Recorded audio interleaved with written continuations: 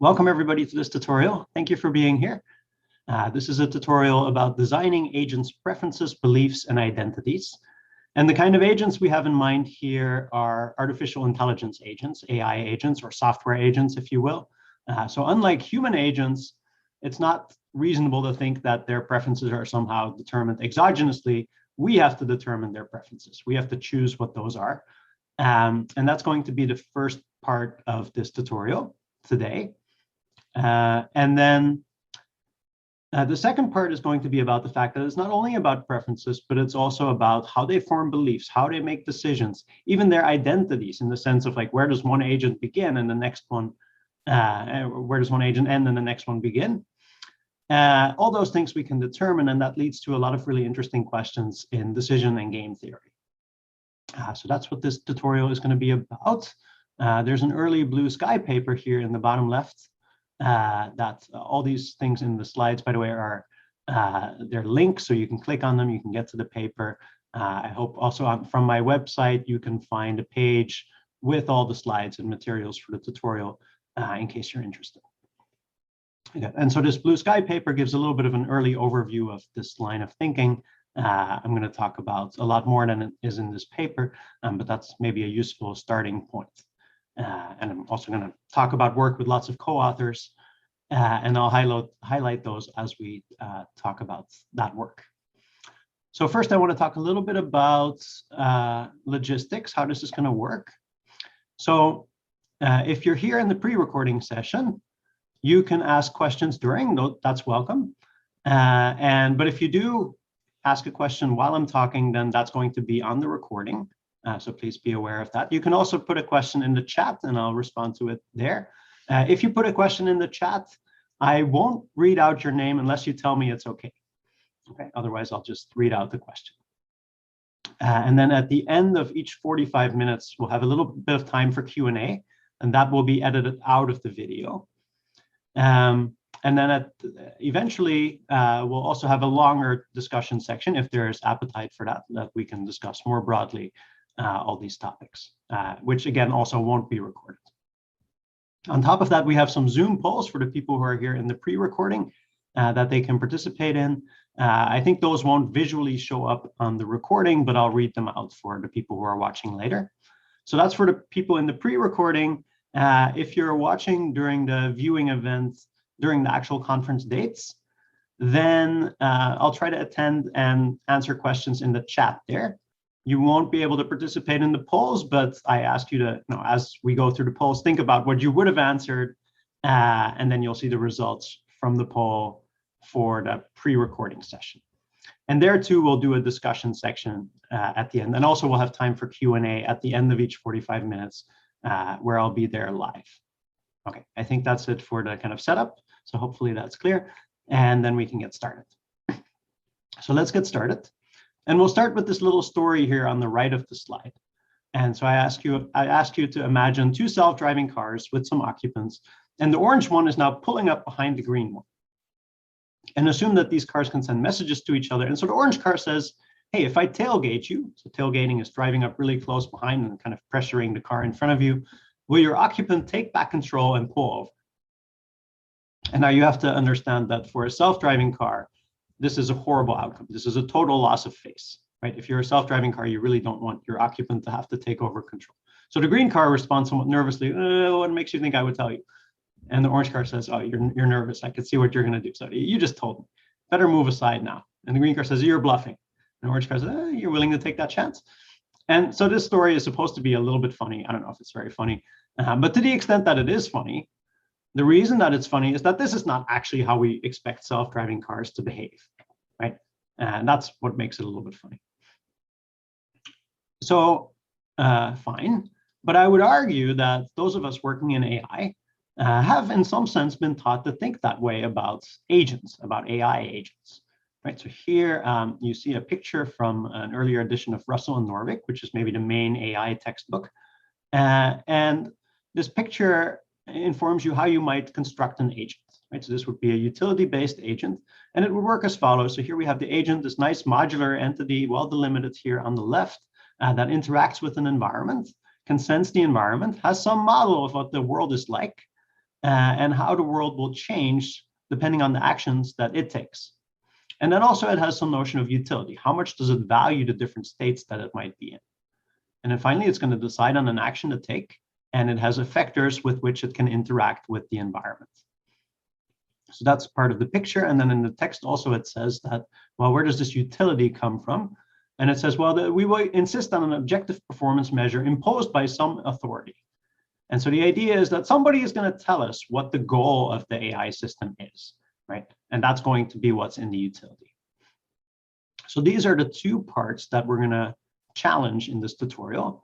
So the second part, this idea that somebody is just going to tell us what the objective is, that's going to actually be the first part of this tutorial.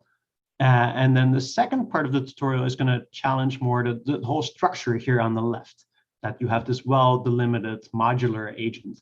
And I'm going to argue that in the face of modern AI, that picture doesn't really necessarily make sense anymore.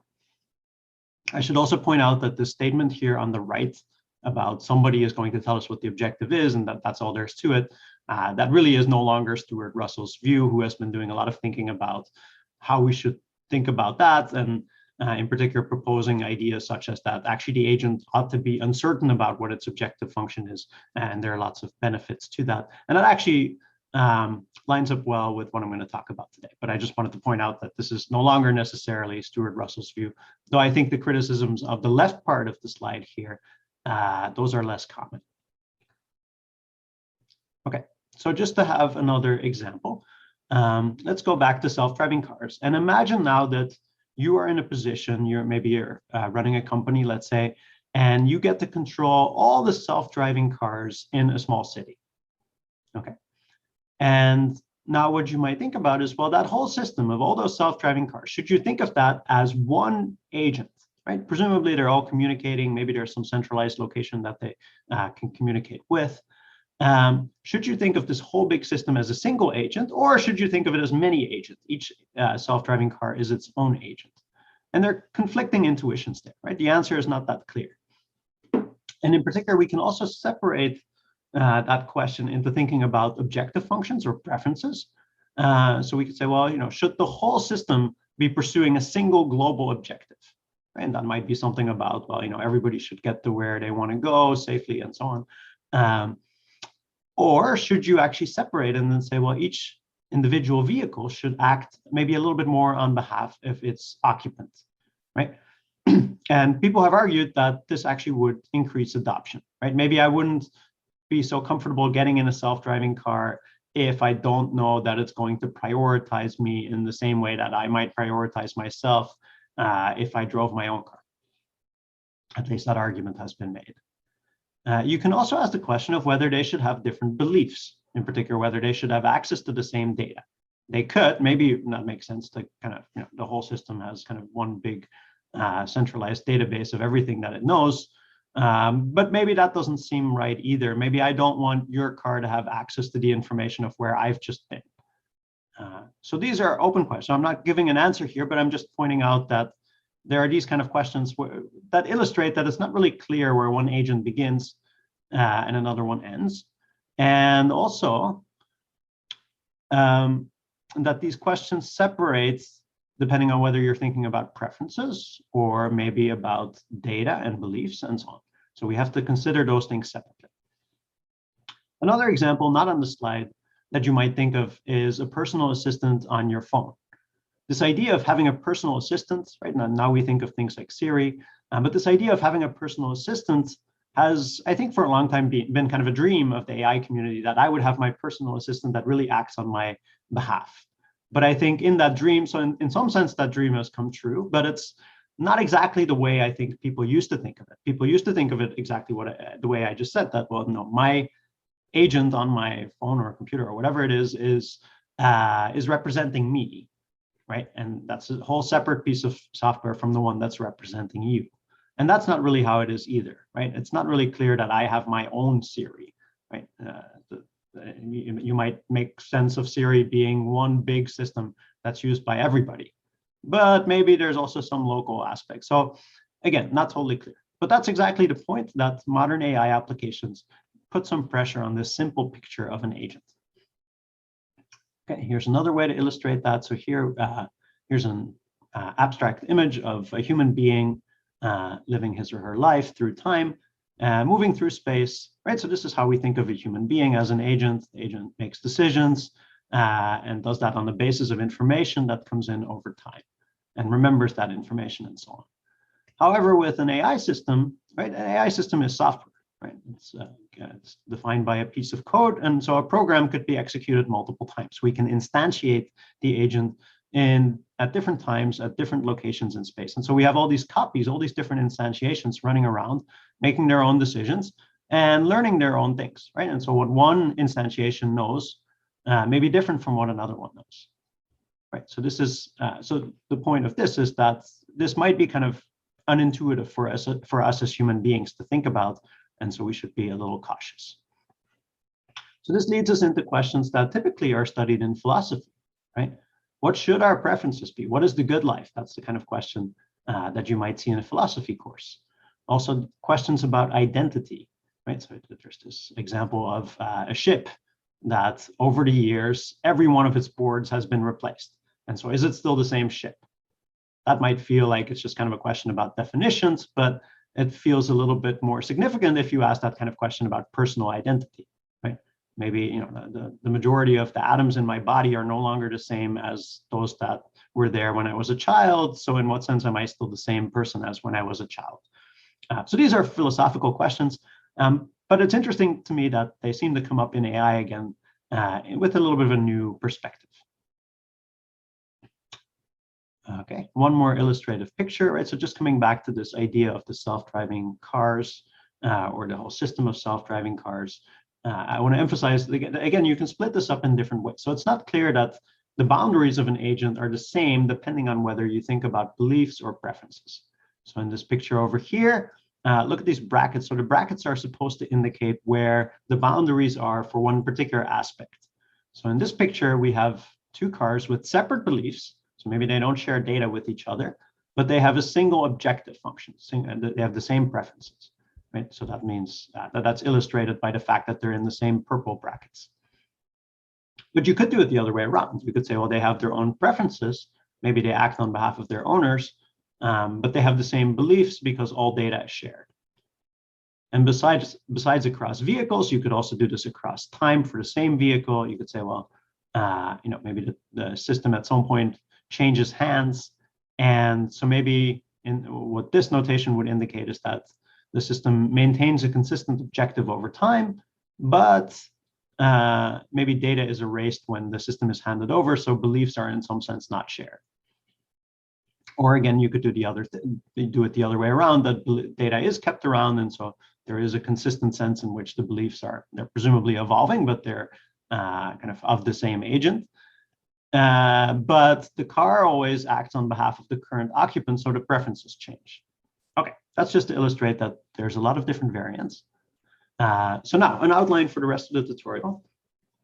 So today, in the first two 45-minute sessions, or what's left of them, I'm going to talk about the first topic, which is learning an objective from multiple people, right? Or how do we figure out what the objective or the preferences or the utility of the system should be? And I'm going to focus there on cases that involve moral reasoning, in part because those are maybe the hardest settings to deal with. And social choice theory is going to come up here as well. So that's going to be the first half of the tutorial. That's what we're going to do today.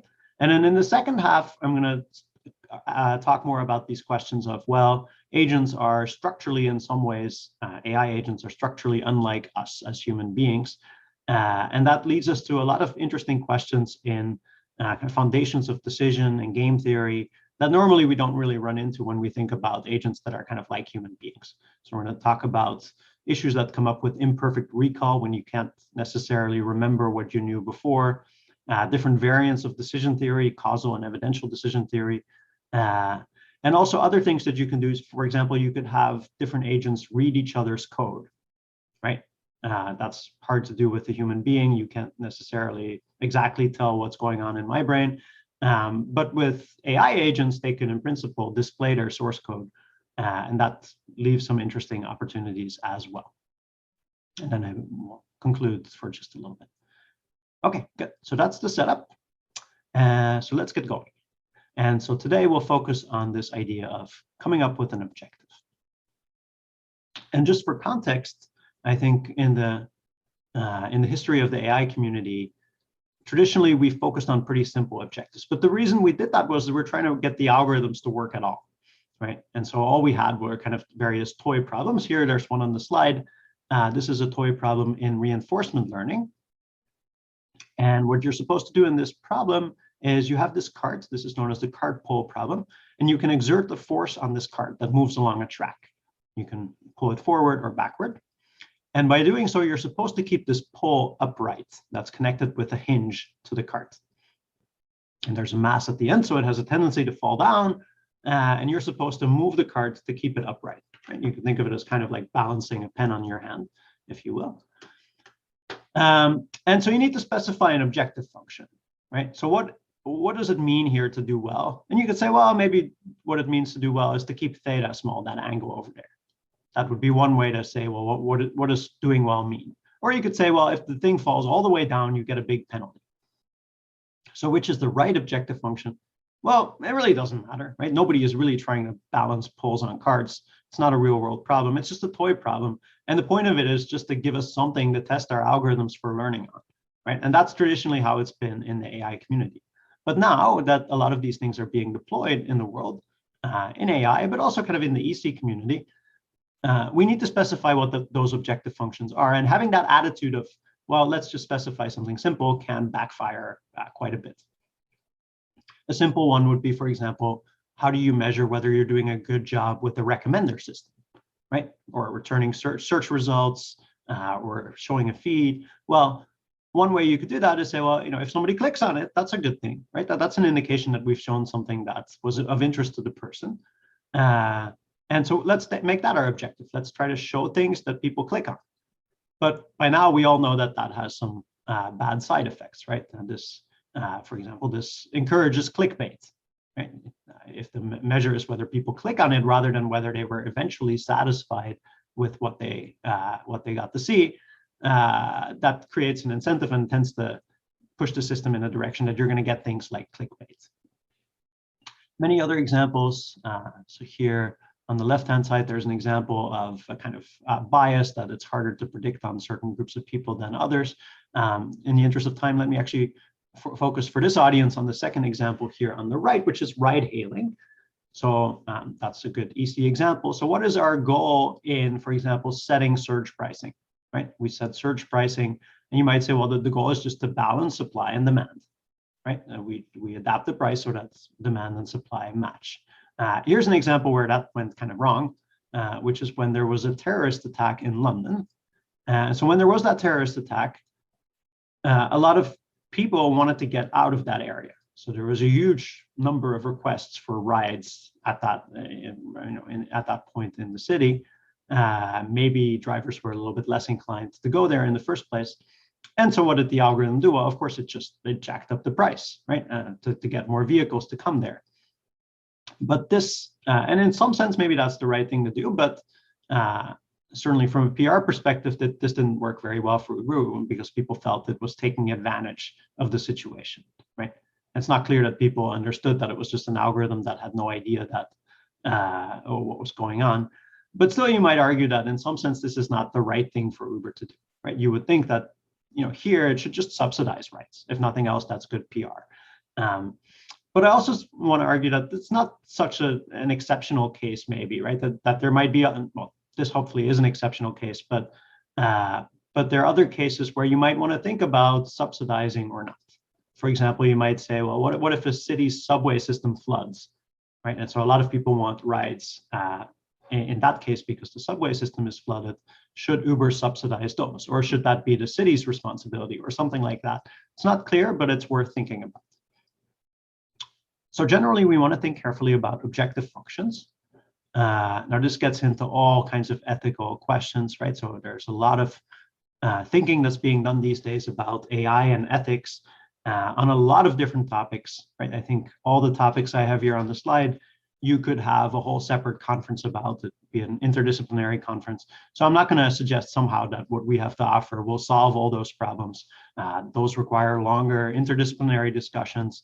I'm involved in a number of them, but a lot of hard work is to be done there. So I don't want to pretend that all of that is easy, but we did want to do something that in some sense cuts across many of those issues. And so a couple of years ago, we wrote this paper about, and the goal of this was to do automated moral decision-making. That was the goal of this paper. And this paper, just joint work with Walter Sinnott Armstrong, who is a philosopher here at Duke and a practical ethicist. Jana Scheik-Borg is a social scientist here. Yuan was one of my PhD students who is now at Google.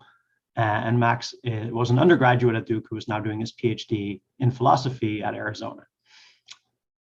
And the point of this paper was to lay out two frameworks for how you might do automated moral decision-making. So how can an AI system or generally any piece of software make decisions that have some moral component in an automated way?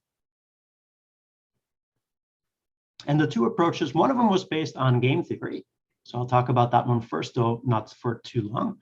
I've put a little poker game here on the left. That's, of course, not the kind of game we're interested in here, but just to illustrate game theory. The second approach, which I'll talk about more at length, is that we somehow get data sets of human judgments of what the right decision morally is, and then try to generalize from those. Because the idea is if we can predict what a human being would do in a particular situation, then where we is the algorithm, then the algorithm can make this decision itself as well. And again, there's an illustration here of a classification problem that's not really what we have in mind. But so, okay, let me first illustrate the game theoretic approach that we had in mind. And here's one way to do that. So here is a little game. If you know the trust game from the literature, this is very similar to that, but it's a slightly different story. So here, what I ask you to imagine is that we have our two friends, the self-driving cars again. Or maybe they're not even self-driving cars, but they're driven by human beings. It's basically the same game. And they're looking for a parking spot, maybe near a grocery store. And now what's going on here is that this brown vehicle is about to pull out. So maybe the owner is loading up the vehicle, putting things in the trunk, and clearly is about to leave, but hasn't yet. Okay. And so the orange car here is waiting for that spot. Okay. And then this green car pulls up behind it, and now the green car is stuck. So I apologize for my artwork. This red square here in the bottom left is a wall. Okay, so the green car is stuck. Now the yellow lines here on the top left, that's an area where you can stand temporarily with your vehicle, but you can't park there. Okay. Okay, so that's the setup. They're both looking for a parking spot. One is about to become available here. Now, there are two things that can happen, or really three things that can happen. But so first of all, the orange car can first choose whether to just keep standing there. And if the orange car keeps standing there, then there's nothing else that really will happen that isn't clear, right? We're just going to wait for the brown car to get out. The orange car is going to get the spot. And then the green car can go on and look for a spot. Alternatively, the orange car could briefly move out of the way to the yellow lines. And the intent of that is presumably that, well, the green car, you're welcome now to go straight on and look for a spot somewhere else, but don't take the brown car spot, right? That's not the idea. I'm letting you pass so you can keep looking, but the brown car spot is mine in some sense, right? If the orange car does that, then the green car has a choice either to keep looking as intended or to steal the brown car spot. So here's the game on the right. So the orange car has a choice to wait or move aside. If the orange car moves aside, that gives the green car a choice to either steal the spot or to pass, meaning passing the brown car and looking for another spot somewhere. Okay, let's say the utilities. So if they wait, the orange car gets 3 and the green car gets 0 for being stuck. If the orange car moves aside and the green car passes, then the green car is a little bit happier. It gets 1 instead of 0 for being able to find a spot somewhere else. Let's say the orange car is slightly happier with this outcome as well, because no longer is another car sort of sitting behind it waiting, creating an uncomfortable situation.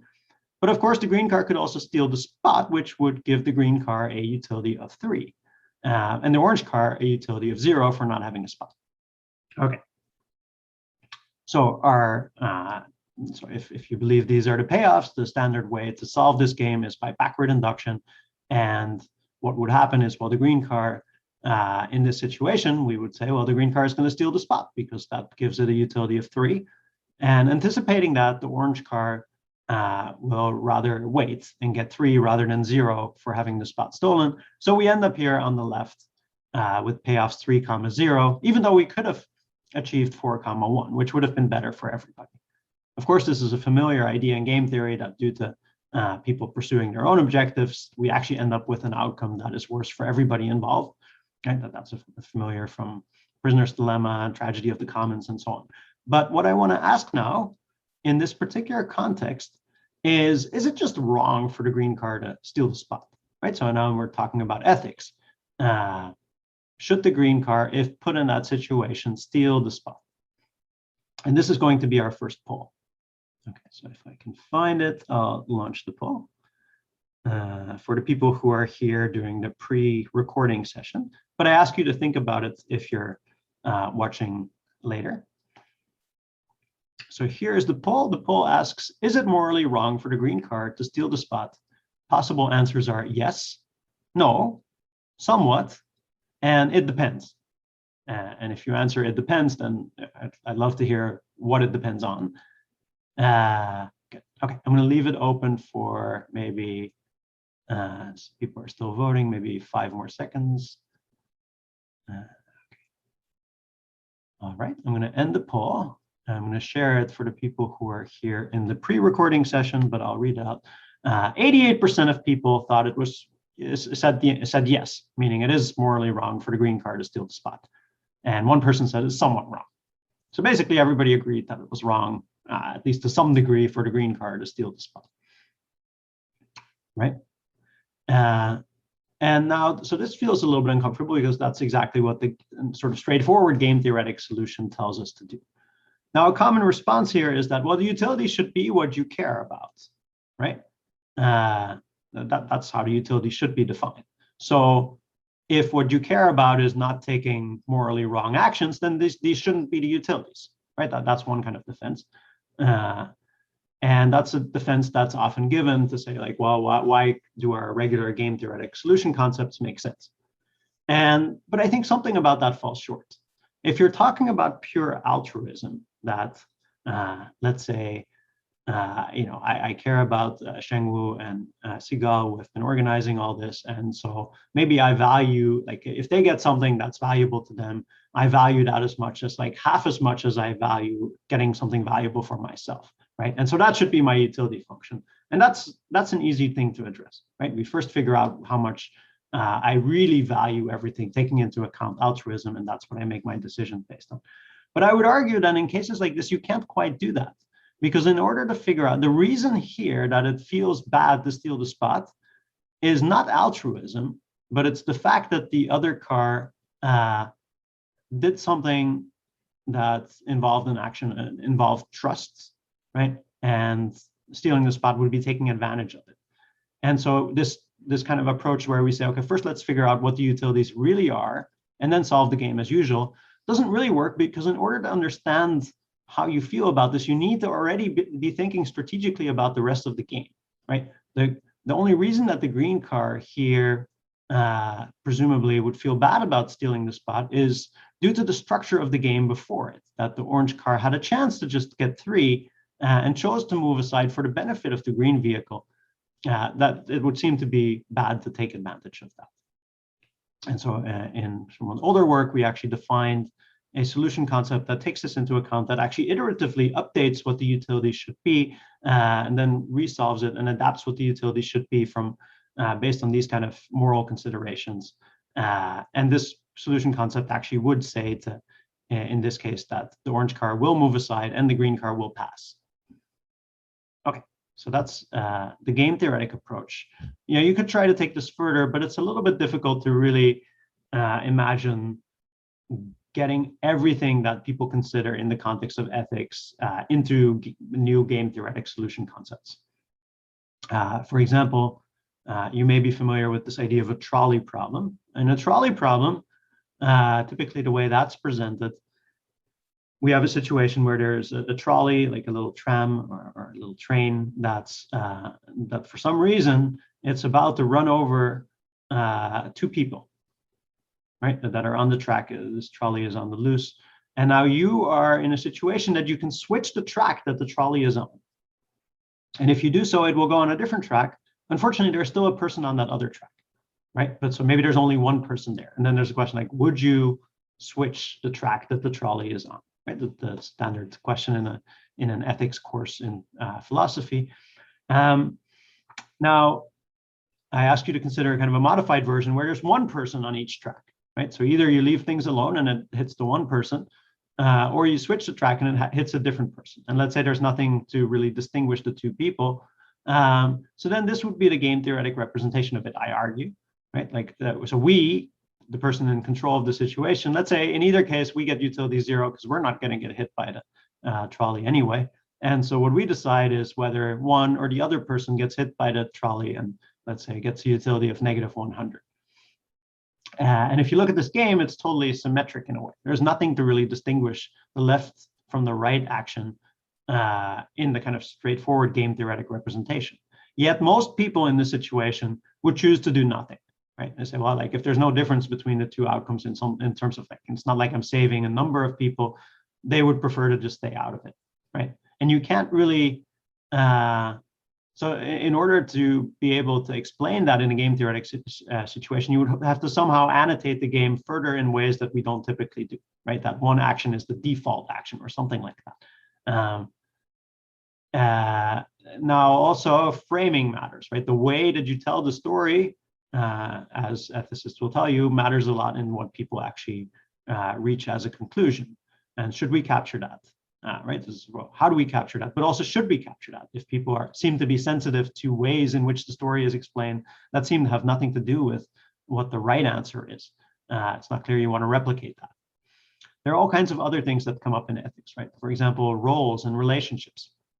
So same game with a different story. Imagine that there's a doctor and the hospital is kind of in crisis, or the emergency room is in crisis, and there's too few doctors. And so this doctor has a choice now with her limited time. She can either save her own patient or somebody else's patient, right? And whichever one she chooses not to save will die.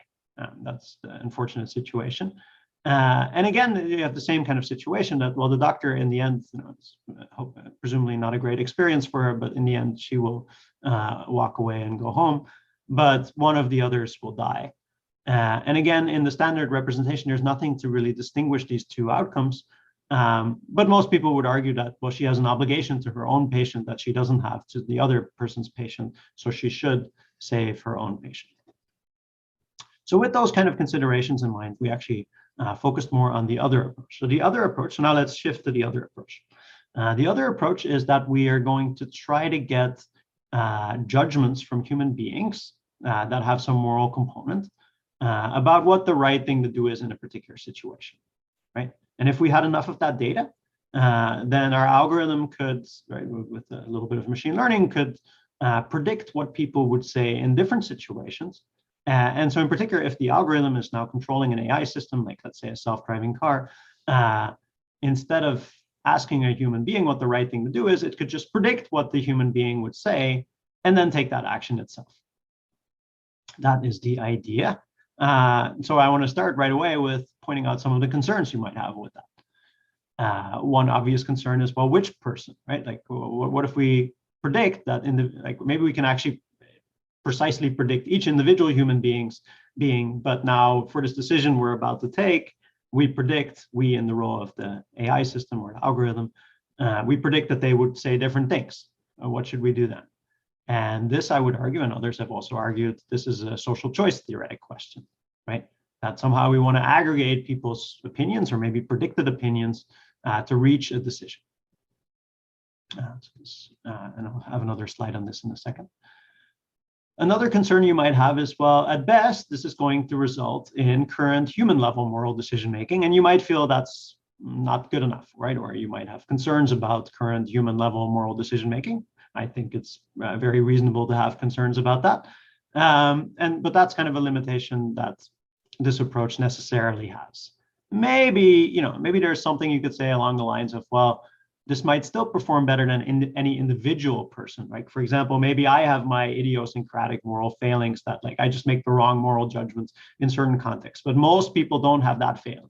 And somebody else has different failings, but most people don't have that failing either. And so if we vote over what the right thing to do is, then these individual idiosyncratic errors at least would be voted out. But of course, you might still have kind of systemic errors, and that would be, this wouldn't deal with that. Then, of course, there are also more traditional machine learning kind of issues, such as how do we actually generalize appropriately across different contexts? How should we represent what's going on here? So, so those are things that we really want to keep in mind. I want to briefly point out that this question about social choice theory coming up here, that's come up in a number of different papers from our group as well as from Ariel Procaccia's group. I don't expect you to read this whole big wordy slide, but just to illustrate that this idea that we're going to make models of people's moral values, individuals' moral values, and then we can have those models vote over the alternatives, right? When an AI system actually has to make a decision. So that idea has come out a couple of times. We're going to talk later a little bit about whether that's exactly the right way to think about it. So something like this seems sensible. But like, what if we're not so confident, for example, in the model that we have of some people, and we're more confident about the model of other people? Should that weigh in somehow? We'll come back to all of that. So let's take a look and think about what kind of scenarios, or sorry, what kind of data would be useful here. And my collaborator, Walter Sinnott-Armstrong, the philosopher that you saw on a slide earlier, he had a study that I wasn't involved in earlier, where they had some nice data where people, human subjects, were asked to read these kind of scenarios like you see here on the slide and judge how wrong the action in it was. So this scenario is, you see a woman throwing a stapler at her colleague who is snoring during her talk. So if I were to give this talk live, I would look around and see if there was a stapler. I assure you, you're all quite safe on Zoom or however you're watching this video. But this is the kind of question. Okay, so just to really get the feel for it, I'm going to just ask it as a poll. And so here, I'm going to find the poll. I'm just going to ask you exactly this question that the subjects were asked. How wrong is it to do this, to throw a stapler at a snoring colleague? Okay, I'm not going to leave this open for too long. Okay, people are answering pretty quickly. Okay, I'll end it there. So I'll share the results for those of you who can't see them. 57% of people said it was very wrong, and 43% of people said it was extremely wrong. So most people thought this was a very bad thing to do. Okay.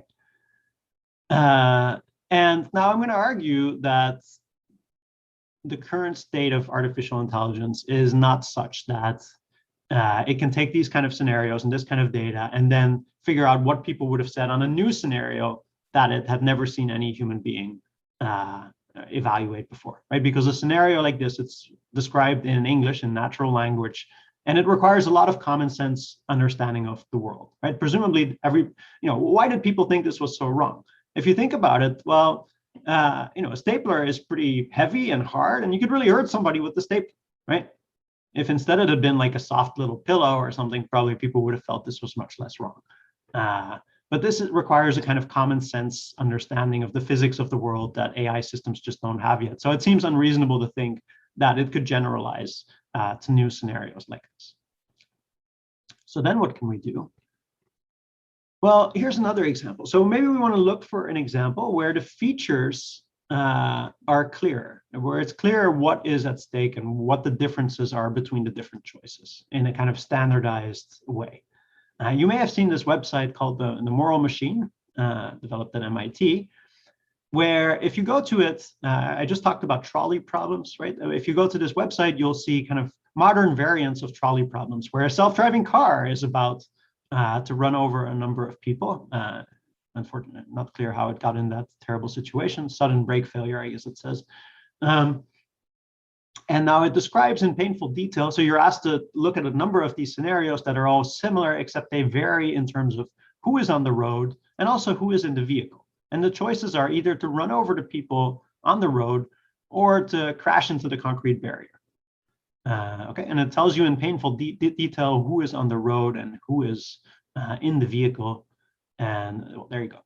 And so you're supposed to click left or right. Right? So you see from the highlighting here I chose left. I mean, they happen to be crossing on a red signal. They shouldn't be crossing on a red signal, right? But so there's all this data here. And so you go through and you see a number of these cases.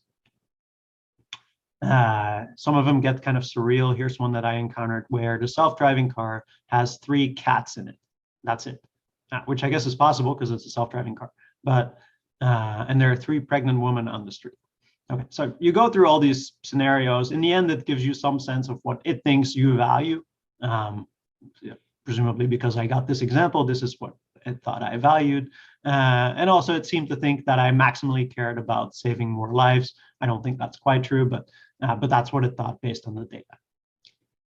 But now the idea here is, and this was explored in more detail in a paper from Ariel Procaccia's group, or one way that you could interpret this data, I should say, is that you could, from that data, now try to predict what people in general feel is the right decision to take, and then in principle deploy that in the self-driving car to make decisions if it ever got to situations like this, right?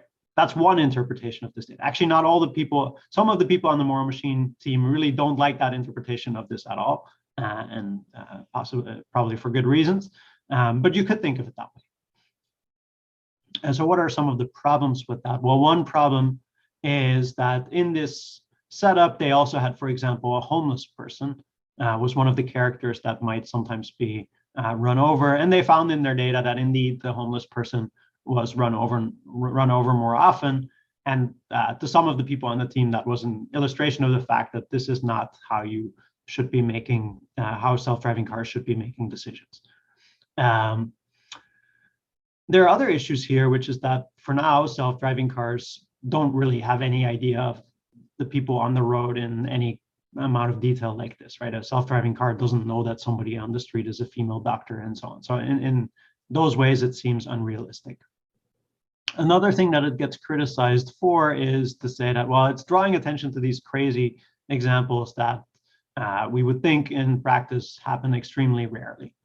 While there's some sense to that, I would also argue that, you know, these issues still are real, right?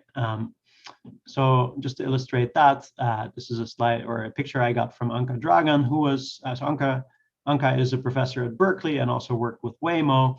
And they faced this issue at some point with their self-driving cars that they were trying to get them to merge onto the freeway, you know, onto the highway. And so they're coming onto the highway and they faced this problem because if their self-driving car was the way there's a question of like, how do you predict what the cars that are already on the freeway are going to do when you try to get on it?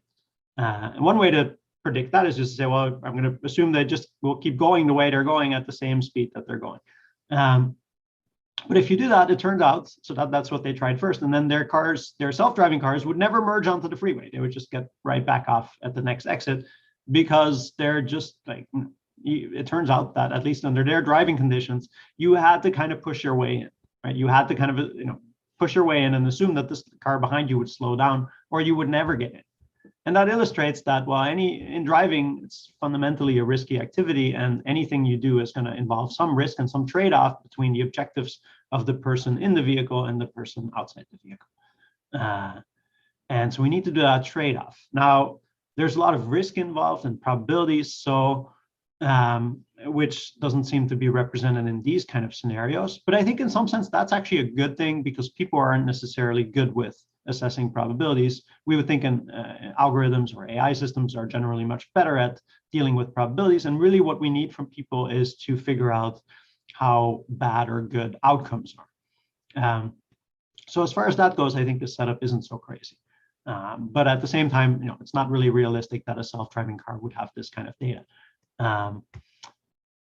So that's where that left us, and we'll come back to that issue of perception. So the next thing I want to talk about, but maybe we'll take a break first, but I'll talk about kidney exchanges, which I hope many people in this audience are familiar with already, but I'll go over what they are and applying these kind of ideas there. So that's what we'll do next, but I think now is a good time to take a break.